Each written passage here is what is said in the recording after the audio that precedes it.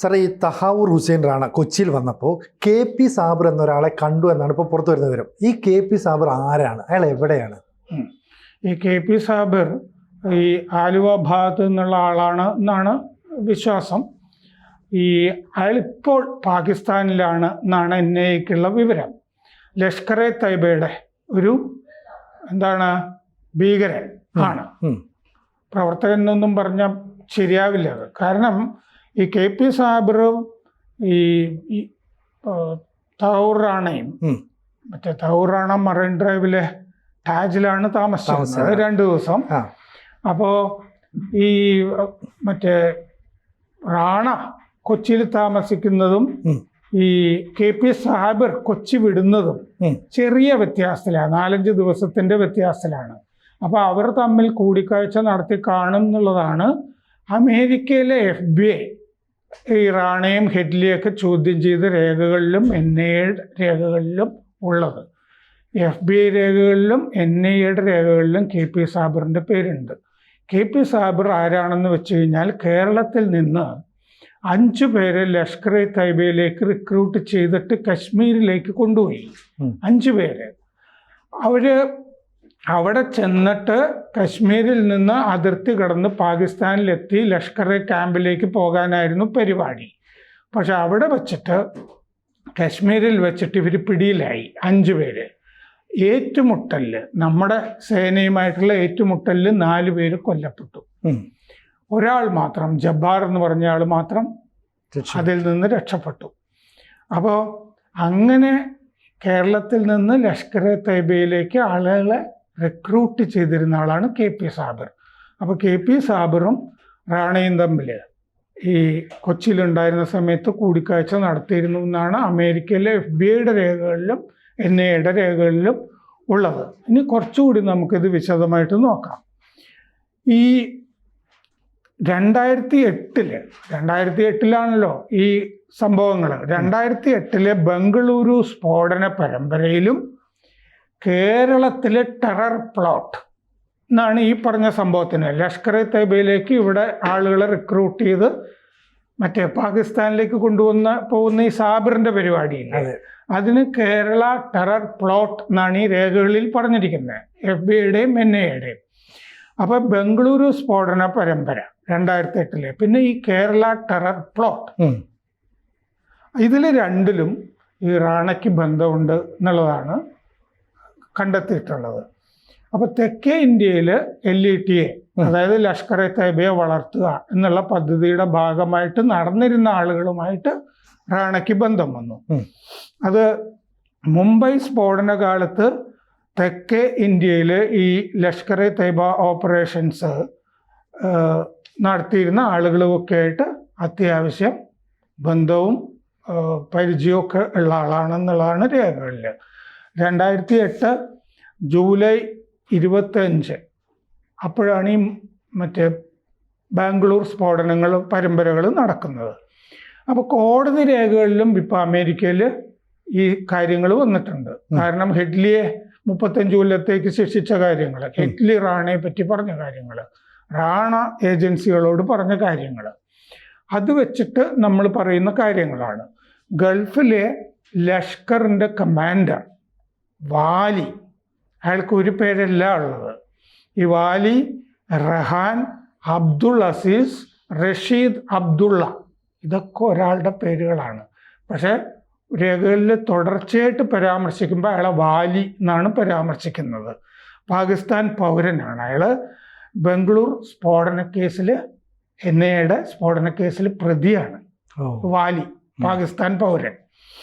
2008 സെപ്റ്റംബറിൽ കശ്മീരിൽ ഈ പറഞ്ഞ 4 യുവാക്കള് മലയാളികൾ ഏറ്റുമുട്ടലിൽ കൊല്ലപ്പെട്ടപ്പോൾ കേരളത്തിലെ ഈ ഭീകരരെ റിക്രൂട്ട് ചെയ്യുന്ന പ്ലോട്ട്, ഭീകരരെ ഇവിടെ നിന്ന് ലഷ്കർ എ തൈബയിലേക്ക് റിക്രൂട്ട് ചെയ്യുന്ന പ്ലോട്ട്, അതാണ് കേരള ടെറർ പ്ലോട്ട്. അത് വെളിച്ചത്തായി. ആ 4 യുവാക്കൾ, മലയാളി യുവാക്കൾ കശ്മീരിൽ കൊല്ലപ്പെട്ടപ്പോൾ വാലി NIAയുടെ ഇപ്പോൾ മോസ്റ്റ് വാണ്ടഡ് പട്ടികയിൽപ്പെട്ട ആളാണ്, പിടികിട്ടാപ്പുള്ളി. NIAയുടെ ഈ ബാംഗ്ലൂർ സ്ഫോടന കേസ് പ്രതിയാണ്, പക്ഷെ പിടികിട്ടിയിട്ടില്ല.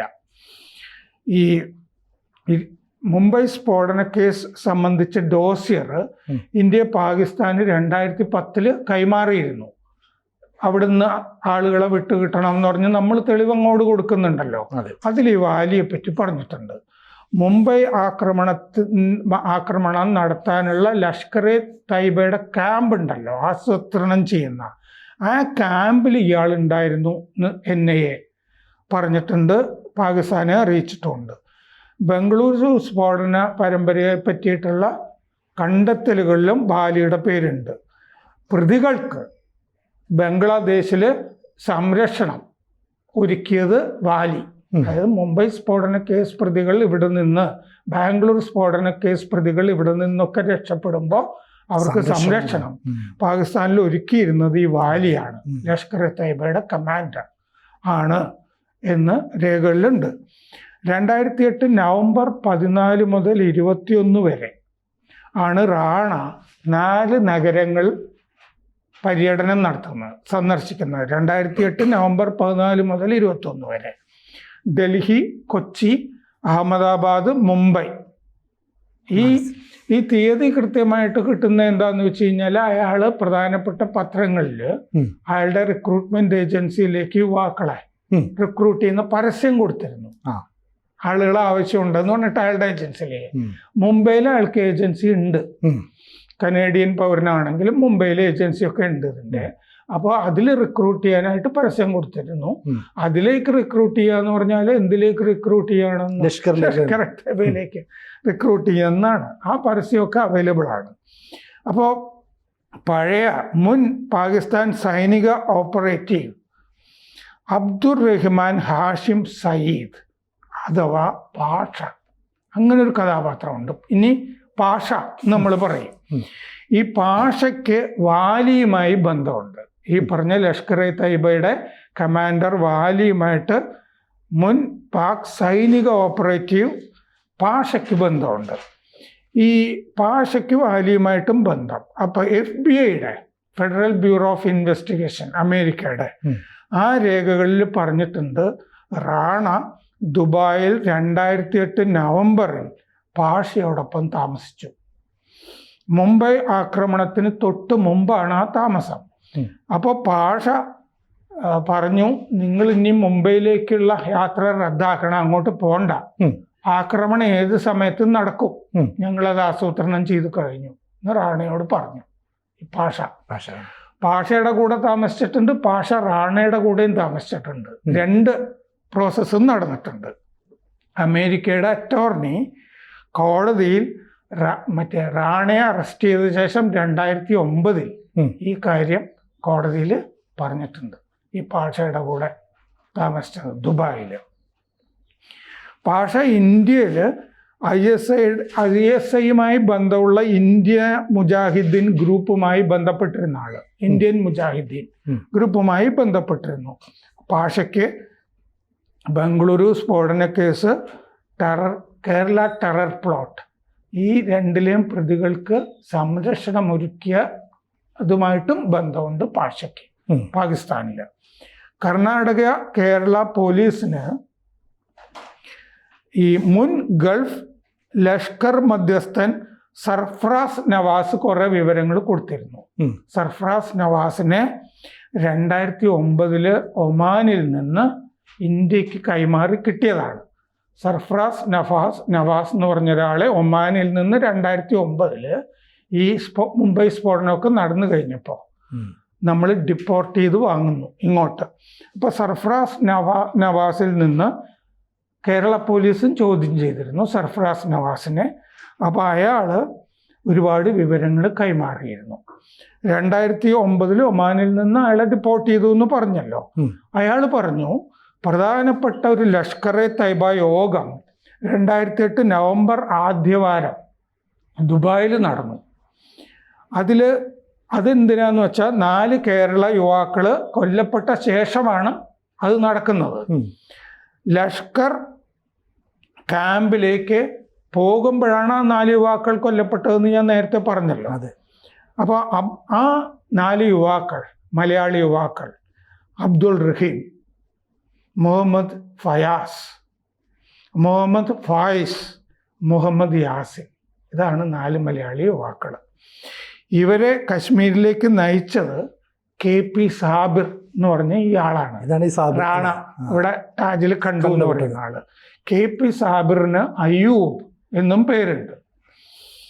അപ്പോ ആ 5 യുവാക്കളുണ്ടല്ലോ ഇവിടുന്ന് പോയവര്, അവര് ബാംഗ്ലൂർ സ്ഫോടന പരമ്പര നടത്തിയ ആളുകളാണ് ആ 4 പേര്. അത് കഴിഞ്ഞാണ് പാകിസ്ഥാനിലേക്ക് രക്ഷപ്പെടാൻ പോകുന്നത്. അതിൻ്റെ ആസൂത്രണം, ബാംഗ്ലൂർ സ്ഫോടനത്തിൻ്റെ ആസൂത്രണം നടത്തിയത് ഇവിടെയൊക്കെ കുപ്രസിദ്ധനായിട്ടുള്ള തടിയൻ്റെ അവിടെ നസീർ ആണ് ആസൂത്രണം ചെയ്തത്. അതിൽ പങ്കെടുത്തവരാണ് ആ 5 യുവാക്കൾ, 4 പേര് കൊല്ലപ്പെട്ടത്. തടിയൻ്റെ അവിടെ നസീറിൻ്റെ കൂടെ അത് ആസൂത്രണം ചെയ്തയാളാണ് ഈ സർഫറാസ് നവാസ്, നമുക്ക് ഒമാനിൽ നിന്ന് തിരിച്ചു കിട്ടിയ ആള്. കേരള പോലീസും അയാളെ ചോദ്യം ചെയ്തപ്പോൾ ഈ വിവരങ്ങൾ കിട്ടിയിരുന്നു. അങ്ങനെ ചോദ്യം ചെയ്തപ്പോൾ കിട്ടിയ വിവരമാണ് ആ കശ്മീരിൽ വെച്ചിട്ട് കൊല്ലപ്പെട്ടത്, പാകിസ്ഥാനിലേക്ക് രക്ഷപ്പെടാൻ പോയതും ഒക്കെ. നസീറിനെയും നസീറിൻ്റെ കൂട്ടാളികളെയും ബംഗ്ലാദേശിലേക്ക് നീക്കാനായിരുന്നു ആ ദുബായിൽ നടന്ന ലഷ്കർ-എ തയ്യബയുടെ യോഗം. അതാണ് സർഫറാസ് നവാസ് പറഞ്ഞത്. നാസിർ, ഈ തടിയൻ്റെ അവിടെ നസീറിൻ്റെ അളിയൻ മുഹമ്മദ് ഷഫാസ്, അവർ രണ്ടുപേരും ഈ മറ്റേ ബംഗളൂർ സ്ഫോടനം കഴിഞ്ഞിട്ട് ഈ അളിയൻ മുഹമ്മദ് ഷഫാസിനും അതിലിപ്പോൾ പങ്കുണ്ട്. ബംഗളൂരു സ്ഫോടനം കഴിഞ്ഞിട്ട് അവർ ബംഗാൾ വഴി, പശ്ചിമ ബംഗാൾ വഴി ബംഗ്ലാദേശിലെത്തി. ബംഗ്ലാദേശിൽ വെച്ചിട്ടാണ് തടിയൻ്റെ അവിടെ നസീറും അളിയനും അറസ്റ്റിലാകുന്നത്. കാരണം അവിടുത്തെ പോലീസ്